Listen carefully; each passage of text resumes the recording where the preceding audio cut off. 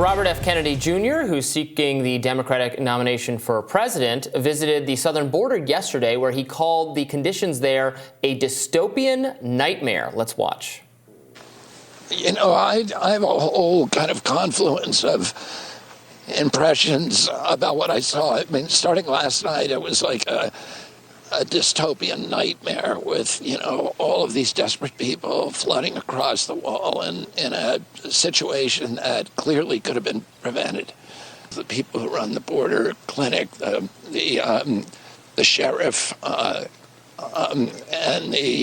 you know, all of these other people at the food banks who are working as hard as they can to accommodate the problem, a problem that was created by the federal government, that local people are being, you know, forced to hold the bag on.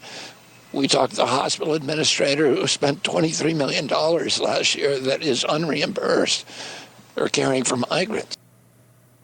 Meanwhile, The Hill's Hannah Trudeau reports that Democratic Party operatives are receiving warnings about RFK Jr.'s rising popularity. One strategist told Trudeau, quote, "Democrats would be foolish to mock or belittle RFK Jr. every time we make fun of those who hold fringe positions. We lose the Democratic Party. Acting smug never works." The strategist continued, quote, "Take RFK seriously, Biden. If you don't, we can create a stronger Republican Party that beats us in 2024. Like Bernie did in 2016, RFK has the potential to activate fringe anger if we mock them." Glenn Greenwald weighed in on the state of the Democratic primary recently, tweeting, quote, "RFK Jr. has more support in several polls than DeSantis does. Yet everyone says, as they should, that the GOP has a real viable primary and the winner is unknown.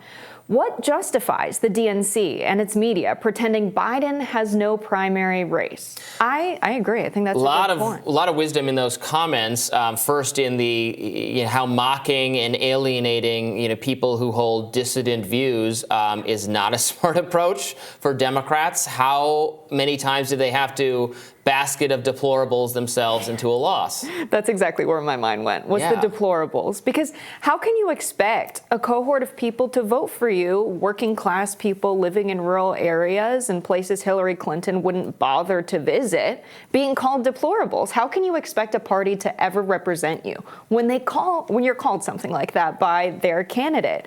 And I can see the Democratic establishment making the case now that when Trump had to run again in 2020 for his midterm, he didn't run with opposition. The Republican Party made him the candidate. It's a waste of resources to do a whole primary process, blah, blah, blah. It's really not. Trump was polling at 90 to 94% in 2020 for that midterm. Biden, at the worst, 25%, at best 70%.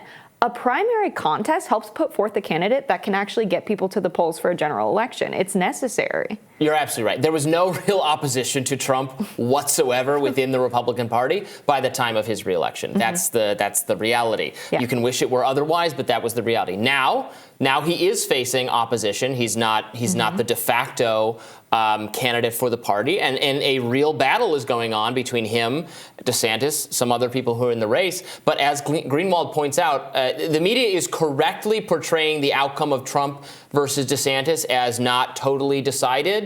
I've gone back and forth a couple of times on what I think is more likely. If you're being fair to the candidates, it's not decided. We don't know yet. DeSantis could pull it out. Maybe we'll find out. Republicans are not ready to defect from Trump, and he will still get the nomination. Those are very plausible outcomes, but it's a real fight. But then on the Democratic side, you have RFK Jr. getting like 20%. That's a significant number of people who are dissenting from the idea of having Joe Biden be their standard bearer again. And you're getting scarcely any mention or acknowledgement of it. And if you're getting any acknowledgement of it from the mainstream media, you're mostly getting like, yeah, right. Oh, my God, we have these crazy people in our coalition. What are we supposed to do about this? Yeah, and for them to frame this, talking about RFK as a candidate, as if he's a threat or a problem, the strategists are not saying which candidate should we put forth that would be the most popular, that would win in a general election, that our base wants, the members of our party. Maybe they like him, and so we should entertain him. Their strategy is not winning in a general election or representing the members of their party. It's really Biden is the establishment guy. He says the things that we like. He plays by our rules. He's our guy. Anyone that threatens our guy suddenly is going against our strategy. So when you talk about who the Democratic establishment strategy is favoring, it's going to be the incumbent. It's going to be someone like Biden, like they did back in 2020. But here you have RFK doing what Biden says he can't do. I can't go to the border because it would be too much of a commotion right now. Really? Because now we can see RFK is there and he's saying this is a dystopian nightmare. Right. People want a candidate that's going to represent people and actually address the extreme policy problems we have in the country. And RFK is demonstrating he can do that while Biden is doing what? Tripping at the Air Force graduation? Right. He's showing independent thinking on, he's expressing views that are contrary to what the Democratic Party's main constituency has become over the last several years, the kind of elite, highly affluent, highly educated, the person whose views are well captured by the mainstream media, a person who has, somewhat different views on immigration than the party used to have, somewhat different views on economic issues and cultural issues for sure. And RFK Jr. seems to be making a pitch to get back to the kind of working class, and I say this as someone who disagrees with him on like a number of issues. I'm not a Democrat, I'm not a supporter, but it's so obvious the contrast that he's presenting. He's where the Democratic Party was, and Joe Biden is where the elites who run the Democratic Party are. The question is, are there still enough people in the Democratic coalition who actually are closer to RFK Jr.? Because he is getting a lot of support from non-Democrats and even from Republicans and Trump supporters. The things he says about COVID, the things he says about the Ukraine war. Those are positions that are now, I think, just so much within the Republican coalition. I think if the Dems want to take themselves seriously, they've got to go for RFK Jr. If they don't want a takeover of the Democratic Party to be folks who have a college degree, folks who are a bit bougie, that's where it's trending. New voters with the Democrats are overwhelmingly people who are educated. Working class voters are increasingly voting with Republicans. And so I think you need a candidate like RFK to go up against someone like Donald Trump or DeSantis even to capture that cohort of left behind voters who very well might participate in the general election, but not a primary contest. Well, MSNBC host Mehdi Hassan, unleashed on RFK Jr. during a monologue this week. Let's watch that.